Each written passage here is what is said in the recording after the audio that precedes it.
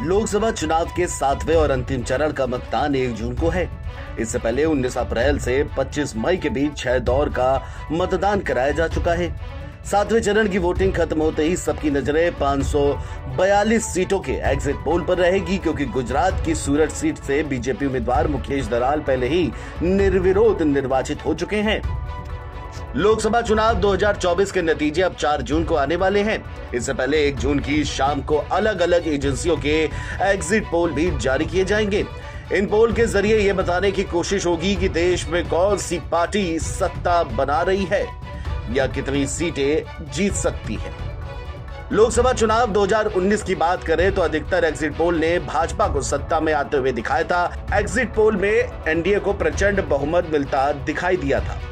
वहीं खासतौर पर कांग्रेस के लिए एग्जिट पोल नतीजे बेहद निराशाजनक थे। 2024 की तरह 19 के विपक्ष गठबंधन इंडिया का अस्तित्व नहीं था, बल्कि तमाम विरोध दल यूपीए के तहत चुनाव में उतरे थे। हालांकि कुछ दल ऐसे भी थे जो किसी गठजोड़ का हिस्सा नहीं थे। तो एग्जिट पोल को छोड़ दे तो अमूमन हर एग्जिट पोल में भाजपा और सहयोगियों को 300 पार दिखाया गया है। कांग्रेस 3 अंकों तक पहुंचने में भी नहीं दिखाई दी कहीं पर भी।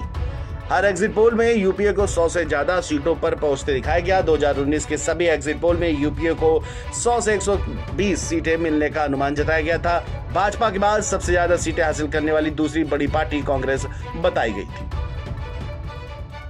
तो चलिए आपको बताते हैं कि एग्जिट पोल में बीजेपी, कांग्रेस और अदर्स को किस एजेंसी ने क्या एग्जिट पोल दिए सीटों को लेकर। आज तक माई एक्सिस ने बीजेपी यानी एनडीए गठबंधन को 339 से 365 बताए थे, कांग्रेस को 77 से 108 और अन्य को 80 से 111 के बीच में। एबीपी निल्सन ने 267 बीजेपी को दिखाए थे, कांग्रेस को 127 प्लस दिखाए थे और अन्य को 148। इंडिया टीवी सीएनएक्स ने 300 भाजपा प्लस, कांग्रेस प्लस को 120 और अन्य को 122 सीटें दिखाई थी। न्यूज 18 इप्सोस ने 336 बीजेपी प्लस, कांग्रेस प्लस को 82 और अन्य को 124 सीट बताई थी। न्यूज 24 चाणक्य ने बीजेपी प्लस को 350 सीटें दी थी, कांग्रेस प्लस को 95 और अदर्स को 97 सीटें दी थी। वही टाइम्स नाउ वीएमआर ने 306 भाजपा प्लस, 132 कांग्रेस प्लस और अन्य को 104 दी थी।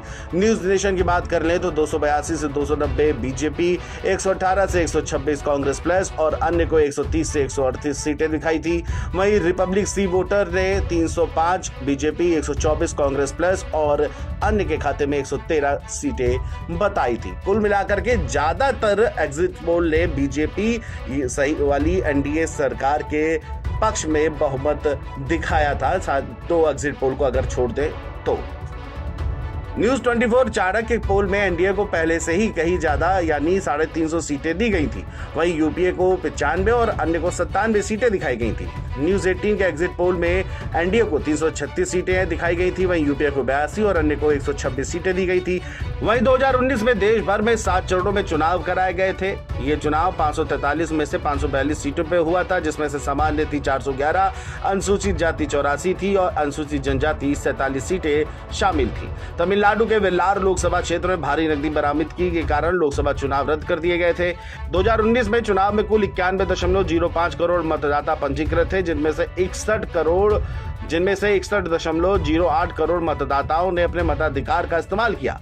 इस तरह 2019 के लोकसभा चुनावों को देख के तो 67.09% वोट पड़े, जिसमें से पुरुषों ने 67.01%, महिलाओं ने 67.18% और अन्य ने 14.58% वोटिंग की थी।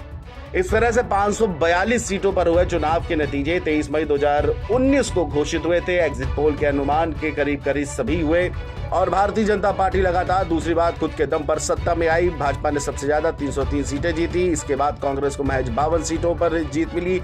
उसके अलावा टीएमसी ने 22, बीएसपी के 10, भाकपा के 2, माकपा के 3, एनसीपी के 5 सांसद चुनाव जीते। चुनावी नतीजों के बाद भाजपा के नेतृत्व वाली एनडीए सरकार बनी, जिसके प्रधानमंत्री नरेंद्र मोदी बने। अब बारी है 2024 की। लोकसभा चुनाव 2024 का अंतिम चरण कल यानी 1 जून को है। 1 जून शाम 6 बजे के बाद तमाम एग्जिट पोल आने शुरू हो जाएंगे।